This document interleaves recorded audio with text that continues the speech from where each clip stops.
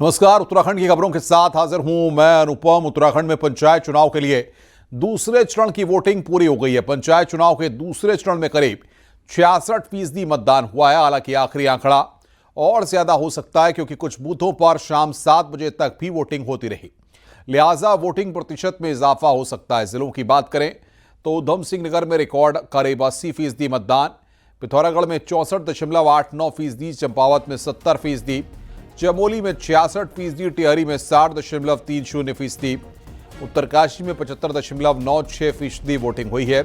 31 जुलाई को पंचायत चुनाव के नतीजे आएंगे। दोनों चरणों की काउंटिंग एक साथ होगी। सुबह 8 बजे से मतों की गिनती होगी।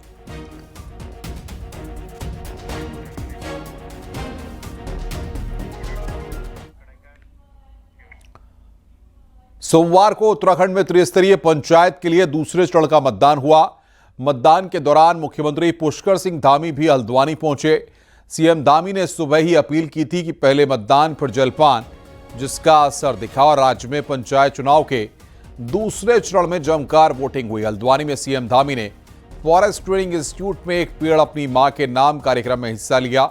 इस दौरान मुख्यमंत्री ने कहा कि पंचायत में जिस तरीके से मत प्रतिशत बढ़ा है, उससे साफ है कि जनता का भरोसा सरकार के ऊपर है।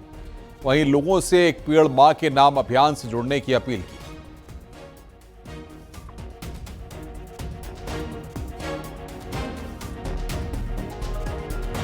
प्रधानमंत्री श्री नरेंद्र मोदी जी के नेतृत्व में पिछले वर्ष से ये अभियान प्रारंभ किया गया था और इस वर्ष भी अभियान बड़े जोर शोर से चल रहा है। हमारे राज्य के अंदर हरेला पर्वों से इसका विधिवत रूप से दूसरे चरण की शुभारंभ किया गया था और पहले दिन रिकॉर्ड 8,13,000 लोगों ने पौधारोपण किया था। प्रकृति संरक्षण ये हमारा संकल्प है, उसी को आगे बढ़ाते हुए देवभूमि उत्तराखंड के अंदर ये अभियान हमारा पूरे महीने भर चलने वाला है। इसलिए मैं भी जहाँ जा रहा हूँ, हमारा प्रयास है कि एक माँ के नाम सभी लोग लगाएं। सभी से मैं अपील करता हूँ, क्योंकि ये सावन का पवित्र मास भी है।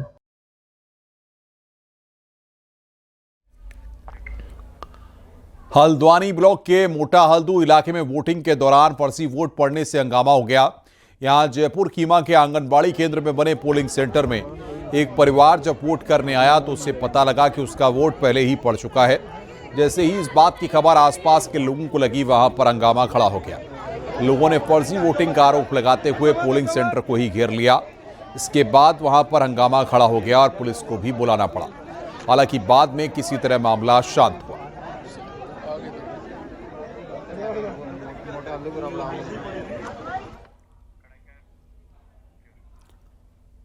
भारतीय जनता पार्टी के प्रदेश अध्यक्ष महेंद्र भट्ट ने चमोली जिले में अपने गांव ब्राह्मण थाला में पत्नी के साथ मतदान किया और लोगों से पंचायत चुनाव में ज्यादा से ज्यादा वोट करने की अपील की। बीजेपी प्रदेश अध्यक्ष महेंद्र भट्ट का कहना है कि मतदान को लेकर लोगों में जबरदस्त उत्साह बना हुआ है।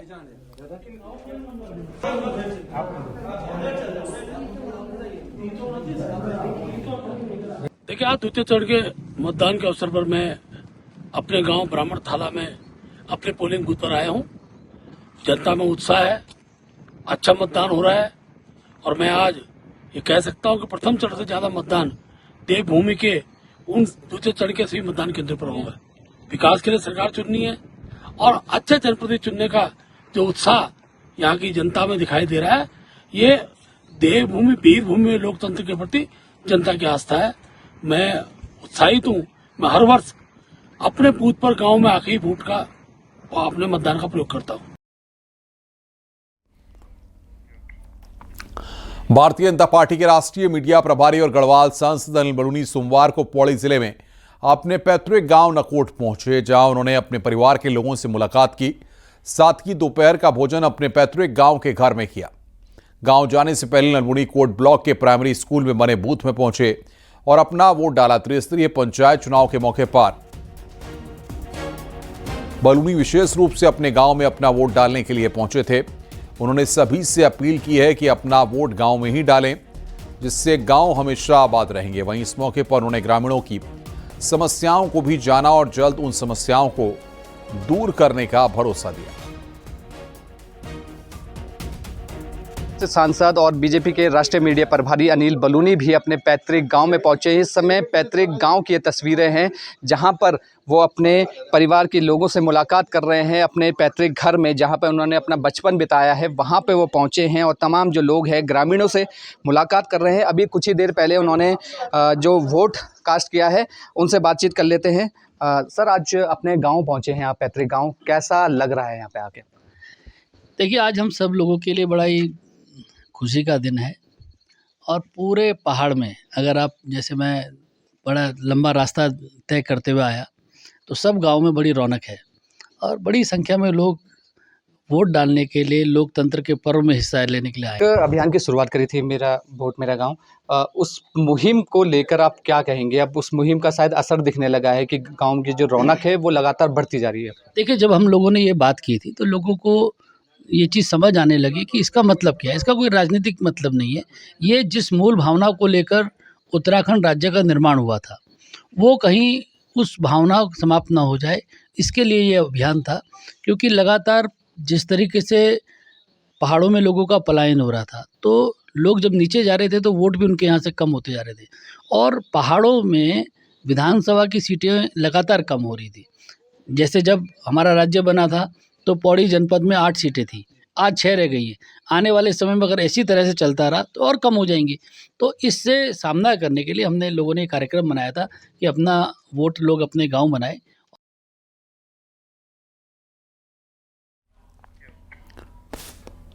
पिथौरागढ़ के मूनाकोट ब्लॉक की भड़कटिया जिला पंचायत सीट पर इस बार सभी की निगाहें लगी हैं। सीट से बीजेपी के पूर्व प्रदेश अध्यक्ष और सीनियर विधायक बिशन सिंह चुफाल की बेटी दीपिका चुफाल मैदान में हैं। बिशन सिंह चुफाल ने अपनी बेटी को बीते पंचायत चुनाव में भी मैदान में उतारा था, लेकिन उन्हें हार का मुंह देखना पड़ा था। इस बार फिर चुफाल ने दीपिका को मैदान में उतारा है। ऐसे में सभी की निगाहें इस सीट पर लगी हुई हैं। पिथौरागढ़ के मूनाकोट ब्लॉक की भड़कटिया सीट पर भी सभी की निगाहें लगी हुई हैं। इस सीट से भाजपा के 6 बार के विधायक बिशन सिंह चुफाल की बेटी दीपिका चुफाल मैदान में हैं। पिछले बार भी बिशन सिंह चुफाल ने अपनी बेटी को चुनावी मैदान में उतारा था, लेकिन पंचायत चुनाव में वो मात खा गई थी। तो एक तरीके से देखा जाए तो इस सीट पर बिशन सिंह चुफाल की प्रतिष्ठा दांव पर लगी है और इस सीट पर निगाहें जिले की तो है ही हैं, साथ ही प्रदेश की भी निगाहें इस सीट पर लगी है कि किस तरीके से वो अपनी बेटी की चुनावी बैतरणी पार करा पाते हैं। विजयवर्धन उप्रेती, न्यूज़ 18, पिथौरागढ़। पंचायत चुनाव के दूसरे और अंतिम चरण में नैनीताल में भी लोगों ने जमकर वोटिंग की तो मतदान के लिए कई प्रवासी भी पहुंचे। गांव के मुद्दों के साथ जंगली जानवरों की समस्याओं पर लोगों ने मतदान किया तो सड़कों को लेकर कई लोगों की समस्याएं दिखीं। फिलहाल लोकतंत्र के पर्व में लोगों ने अपनी सहभागिता की है। अब 31 जुलाई को मतगणना की जाएगी। हर बार होता है लेकिन काम कुछ नहीं होता है। काम कुछ नहीं होता है। पिछले 15-20 साल से देख ही रहे हैं, हर बार जब से वोट दे रहे हैं तब से देख ही रहे हैं। दावे हर बार होते हैं लेकिन काम कहीं कुछ नहीं होता। उम्मीद है कि अब जो सरकार, अब देखो इस बार एक बार और उम्मीद रखी है। जंगली जानवर जो है उनका हमला बहुत हो जाता है। साल में 2-3 बार ऐसा होता है कि बाघ वगैरह आ जाते हैं और इसी के कारण एक आध लोग मर भी गए हैं। तो उसके लिए कुछ चाहते हैं और साथ में जो रोड्स वगैरह बनती हैं वो कुछ ही सालों में बारिश के बाद खराब भी हो जाती है। दोनों चरणों का मतदान पूरा हो गया है तो मतपेटी में उम्मीदवारों की किस्मत कैद हो चुकी है। हालांकि चुनाव नतीजे 31 जुलाई को आने हैं। देखने वाली बात यह है कि आखिरकार किसके सर गांव की सरकार का ताज सस्ता है। वीरेंद्र बिष्ट, न्यूज़ 18, नैनीताल। उत्तराखंड में जबरन धर्मांतरण और सनातन के नाम पर ठगी के खिलाफ अब पार सरकार की लड़ाई के मूड में है। ऑपरेशन कालनेमी की कमान अब एसआईटी के हाथों में सौंप दी गई है। वहीं छांगुर गैंग के बाद सरकार और भी सख्त हो गई है। मुख्यमंत्री पुष्कर सिंह धामी ने धर्मांतरण कानून को और ज्यादा सख्त बनाने के आदेश दे दिए हैं। इस रिपोर्ट को देखिए। उत्तराखंड में जबरन धर्मांतरण के बढ़ते खतरे को भांपते हुए साल 2018 में धर्मांतरण विरोधी कानून अस्तित्व में आया था, लेकिन जब ये आग धीमी नहीं पड़ी तो साल 2023 में मुख्यमंत्री पुष्कर सिंह धामी ने कानून को और धारदार बना दिया। जहां पहले सजा 1 से 5 साल की थी, वहीं अब ये बढ़कर 3 से 10 साल तक कर दी गई है। जुर्माना भी 25,000 से सीधे 10 लाख तक पहुंचा दिया गया है। अब छांगुर केस ने सरकार को एक बार फिर चौकन्ना कर दिया है। सोमवार को हाई लेवल कमेटी की बैठक में मुख्यमंत्री ने अधिकारियों को साफ निर्देश दिए कि इस कानून को और सख्त किया जाए। पुलिस रिकॉर्ड देखें तो बीते 5 सालों में जबरन धर्मांतरण के 54 मामले दर्ज किए जा चुके हैं। निश्चित तौर पर जो धर्मांतरण कानून पर सख्ती की आवश्यकता महसूस हो रही है, और जिस तरह आपने उत्तर प्रदेश के अंदर देखा है, झंगूर बाबा का एक बड़ा प्रकरण चल रहा है, और धर्मांतरण के आड़ में जो देश विरोधी गतिविधियां हो रही हैं वो ज़्यादा चिंता का विषय है। तो इसको और गहराई से देखने की आवश्यकता है, और इस पर हमको इसके तह तक जाना पड़ेगा। जो मुख्यमंत्री जी ने जो SIT गठित की है, मैं समझता हूँ उसी प्रयोजन से की होगी, तो उसमें भी हम थोड़ा और सख्ती करेंगे तो इस प्रकार की जो जिस तरह के लोगों की प्रवृत्तियां हैं, इस पर हम रोक लगा पाएंगे। यही नहीं, सनातन धर्म की आड़ में अंधभक्ति और ठगी का जाल बुनने वालों पर भी सरकार ने शिकंजा कस दिया है। ऑपरेशन काल नेमी की निगरानी अब SIT करेगी, जो सीधे पुलिस मुख्यालय से जुड़ी होगी। मुख्यमंत्री ने DGP को इसके लिए निर्देश जारी कर दिए हैं। देखिए, मैं माननीय मुख्यमंत्री जी की इस सराहनीय पहल को मैं माननीय मुख्यमंत्री जी को बधाई देता हूँ कि उन्होंने इस उत्तराखंड को, ये देवभूमि हमारी, हम सनातन धर्मवासी है, तो जाहिर सी बात है क्योंकि हम ये देवभूमि है तो देवभूमि की रक्षा करना हम सबका कर्तव्य है। और मैं कहता हूँ कि ये और जितना सख्त से सख्त कानून बने, और सख्त कानून बनना बहुत ज़रूरी है। मैं माननीय मुख्यमंत्री जी ने जो ये पहल की है उसके लिए मैं उनको बधाई देता हूँ। पुलिस मुख्यालय स्तर पर गठित होने वाली ये SIT न सिर्फ ऑपरेशन काल नेमी की निगरानी करेगी, बल्कि धर्मांतरण के मामलों की भी परत दर परत जांच करेगी। साफ है, लव जिहाद, लैंड जिहाद के बाद सरकार अब धर्मांतरण और धार्मिक ठगी के खिलाफ सख्ती बरतने जा रही है। देहरादून से न्यूज़ 18 के लिए सुनील नौप्रभात की रिपोर्ट।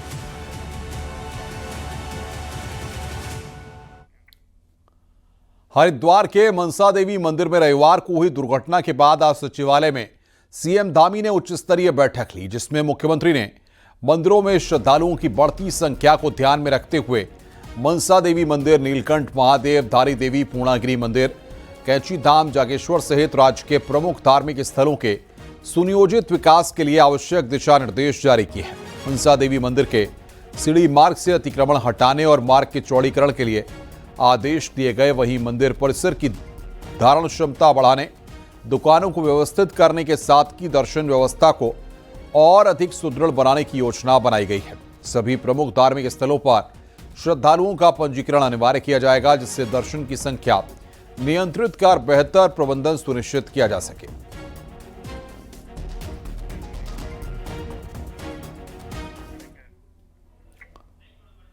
उत्तराखंड के सभी पौराणिक मंदिरों का सुरक्षा ऑडिट होगा और हर 15 दिन में मंदिरों का ऑडिट कराया जाएगा। CO रैंक के अधिकारी को इसकी जिम्मेदारी दी जाएगी। IG गढ़वाल ने सभी जिलों को इसके निर्देश दे दिए हैं। हरिद्वार में मनसा देवी मंदिर में हुई भगदड़ के बाद यह बड़ा फैसला लिया गया है। सुरक्षा के साथ साथ क्राउड मैनेजमेंट पर खास फोकस रहेगा। गढ़वाल IG ने सभी जिलों को निर्देश जारी किए हैं कि पौराणिक मंदिरों की सुरक्षा व्यवस्था की नियमित जांच की जाए।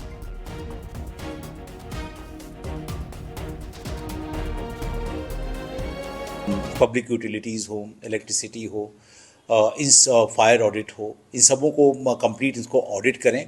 और उनको ये भी निर्देशित किया गया है कि अपने एक CO रैंक के ऑफिसर प्रत्येक 15 दिन में उसका पूर्णतः हर एक महीने में 2 बार ये इसका सिक्योरिटी ऑडिट करेंगे।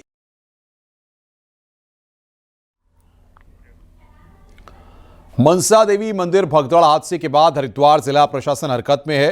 सोमवार को DM और SSP ने प्रशासनिक अधिकारियों की टीम के साथ मनसा देवी मंदिर पहुंचकर मंदिर परिसर और पैदल मार्ग का निरीक्षण किया और मंदिर प्रबंधन के साथ भीड़ नियंत्रण का रिव्यू किया। जिला प्रशासन के अधिकारियों का कहना है कि मनसा देवी मंदिर का सीढ़ी वाला रास्ता फिलहाल पूरी तरह बंद किया गया है और सिर्फ आकस्मिक स्थिति में उसका इस्तेमाल किया जाएगा, जो कि वन वे रहेगा। सीढ़ी मार्ग को मंदिर में आने वाले श्रद्धालुओं के लिए बंद रखा जाएगा। साथ ही मंदिर परिसर में अवैध दुकानों को हटाया जाएगा। व्यतीत किया जा रहा है कि जो हमारे पैदल रास्ता है उसमें और सुविधाएं हम कैसे यात्रियों को दे सकते हैं, जैसे बैठने का स्थल हो, टॉयलेट्स हो, पीने का पानी हो। तो उसके लिए भी आज स्थल कुछ चयनित किए गए हैं, पार्किंग के स्थल चयनित किए गए हैं। आगे इस पर भी प्लान किया जाएगा कि जो सीढ़ी मार्ग आकस्मिक एग्जिट के लिए ही यूज़ किया जाएगा, उसमें अब किसी भी प्रकार से कोई भी यात्रीगण सिंगल वे पे ही चलेंगे, जो मुख्य मार्ग से होते हुए मंदिर तक जाएंगे। और मंदिर के अंदर की कैपेसिटी को भी एक बार एनालिसिस किया जा रहा है कि कितनी कैरिंग कैपेसिटी मंदिर प्रांगण में आ सकता है। उसी के हिसाब से जो हमारा जो पब्लिक का जो मूवमेंट है उसको तय किया जाए। भारतीय जनता पार्टी के सांसद अनिल बलूनी ने सोमवार को जूना अखाड़े के पीठाधीश्वर आचार्य महामंडलेश्वर स्वामी अवधेशानंद गिरी महाराज से मुलाकात की और उनका आशीर्वाद लिया। वहीं बलूनी ने उनके अध्यात्म और राष्ट्र संबंधी कई विषयों पर चर्चा की। अनिल बलूनी ने कहा कि स्वामी अवधेशानंद जी की दुनिया में भारतीय ज्ञान परंपरा और दर्शन को प्रसारित करने में भूमिका सराहनीय है।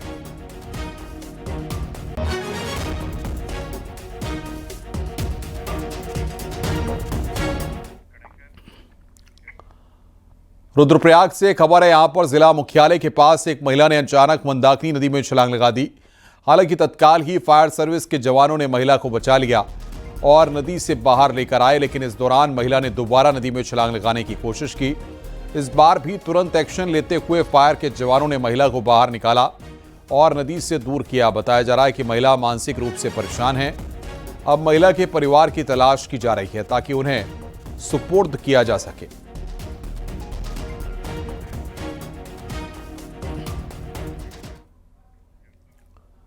हरिद्वार में हाईटेंशन लाइनों के पास काटी जा रही अवैध कॉलोनियां हादसों का बड़ा कारण बन रही हैं। यहां रानीपुर कोतवाली क्षेत्र के सुमन नगर में करंट से झुलसकर एक मजदूर की मौत हो गई। गड़मीपुर का रहने वाला 25 साल का अफजल सुमन नगर के एक निर्माणाधीन मकान की छत पर काम कर रहा था। इस दौरान अफजल पास से गुजर रही हाईटेंशन लाइन की चपेट में आ गया और झुलसकर उसकी मौके पर मौत हो गई। तो 25 साल के अफजल की करंट से मौत हुई। निर्माणाधीन मकान की छत पर करंट लगा। अवैध कॉलोनियां मौत की वजह बन रही हैं। सुमन नगर के अंदर गली नंबर 2 के अंदर करंट लगने के कारण जो है मृत्यु हो गई। इसके अंदर जो है पुलिस द्वारा है जो पंचायतनामा की कार्रवाई कर दी गई और जो है शरीर है उसको पोस्टमार्टम के लिए भेज दिया गया। रुड़की में बिजली विभाग की बड़ी लापरवाही सामने आई है। सोलनपुरम के एक कंज्यूमर को 1 महीने में 1,09,000 बिजली का बिल भेजा गया, जबकि उपभोक्ता ने 2024 में बिजली बचत के लिए सोलर पैनल लगाया गया था। उसके बाद से उनका बिजली का बिल शून्य था, लेकिन 5 जून को स्मार्ट मीटर लगवाने के बाद 1 लाख से ज्यादा का बिल आया है, जिसकी शिकायत विभाग से की गई है। इसमें इनके माध्यम से मेरे ऊपर 1,09,173 रुपये का जो बिल है मेरे ऊपर ही चढ़ा दिया गया और उसके बाद जो 4200 रुपये मेरे थे जो सरकार के, उसको माइनस करके 1,04,951 रुपये का ड्यूज मेरे ही तरफ दिखा दिया। आगे बढ़ते हैं। देहरादून अपने बेकरी प्रोडक्ट के लिए देश भर में जाना जाता है, लेकिन आज हम आपको ऐसी बेकरी में ले चलते हैं जिसके प्रोडक्ट में रागी बुरांश तो शामिल है, साथ ही साथ इसको चलाने वाले और नाम दिया गया है साइलेंट बेकरी।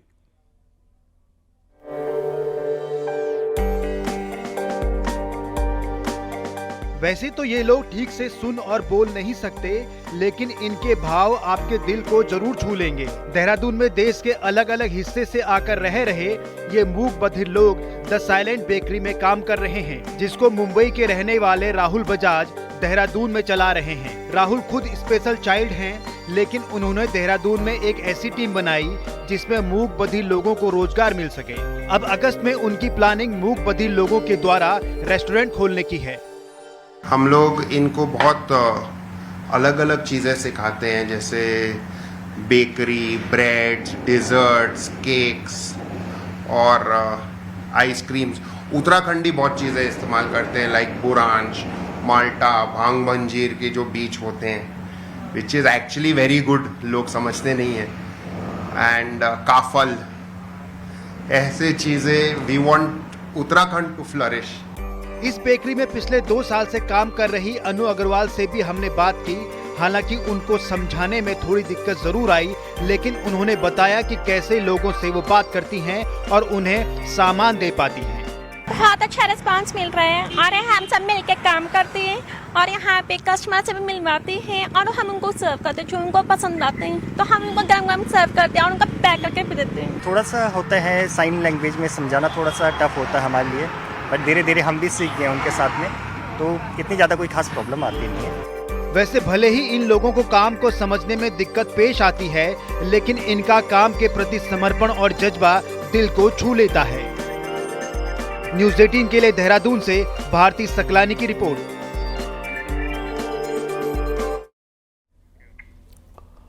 उत्तरकाशी में यमुनोत्री हाईवे एक बार फिर से बंद हो गया है। सियाना चट्टी के पास हाईवे बंद हुआ है। पहाड़ी से भारी भारी बोल्डर रोड पर आए हैं, जिसकी वजह से आवाजाही पूरी तरह से बंद है। वहीं सड़क बंद होने से कई यात्री फंसे हुए हैं। हाईवे को खोलने का काम जारी है।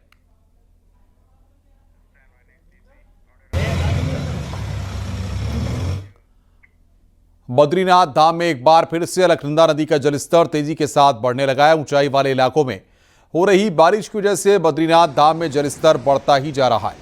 ब्रह्म कपाल और गांधी घाट तक अलकनंदा नदी का तेज बहाव पहुंच रहा है। हालांकि मौके पर पुलिस प्रशासन ने तीर्थयात्रियों को जाने से रोक दिया है। तस्वीरों में आप देख सकते हैं कि अलकनंदा किस रफ्तार से बह रही है और घाटों तक नदी का पानी पहुंच रहा है। तीर्थयात्रियों को नदी किनारे नहीं जाने के लिए कहा गया है और इसके लिए गश्त भी बढ़ा दी गई है। बरसात के सीजन में पिथौरागढ़ के दुर्गम इलाकों के ग्रामीण अपनी जान जोखिम में डालकर आवाजाही करने को मजबूर हैं। मधकोट क्षेत्र में एक आदत पैदल पुल नहीं होने के कारण लोग नाले को इस तरह पार कर रहे हैं। महिला हो या फिर बच्चे, सभी खतरा मोल लेकर आवाजाही कर रहे हैं। यही नहीं, रोजमर्रा का सामान भी ऐसे ही ले जा रहे हैं।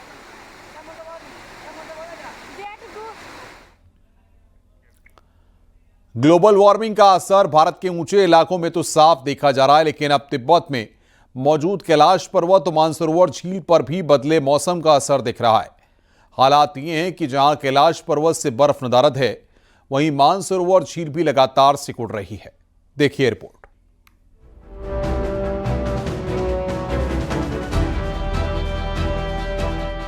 बीते कुछ सालों से दुनिया के कई हिस्सों में लगातार पारा चढ़ रहा है। चढ़ते पारे ने ग्लेशियरों की गलने की रफ्तार भी बढ़ाई है।